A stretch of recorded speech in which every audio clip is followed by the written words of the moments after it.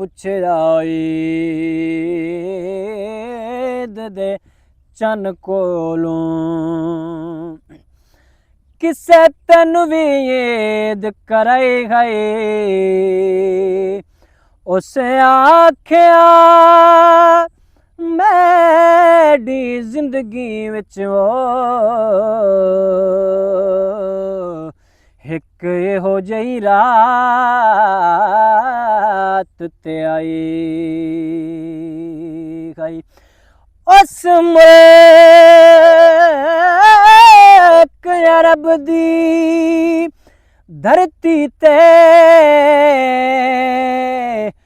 एक सोहणे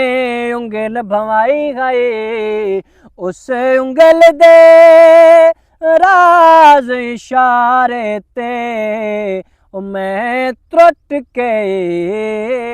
ईद मनाई गई।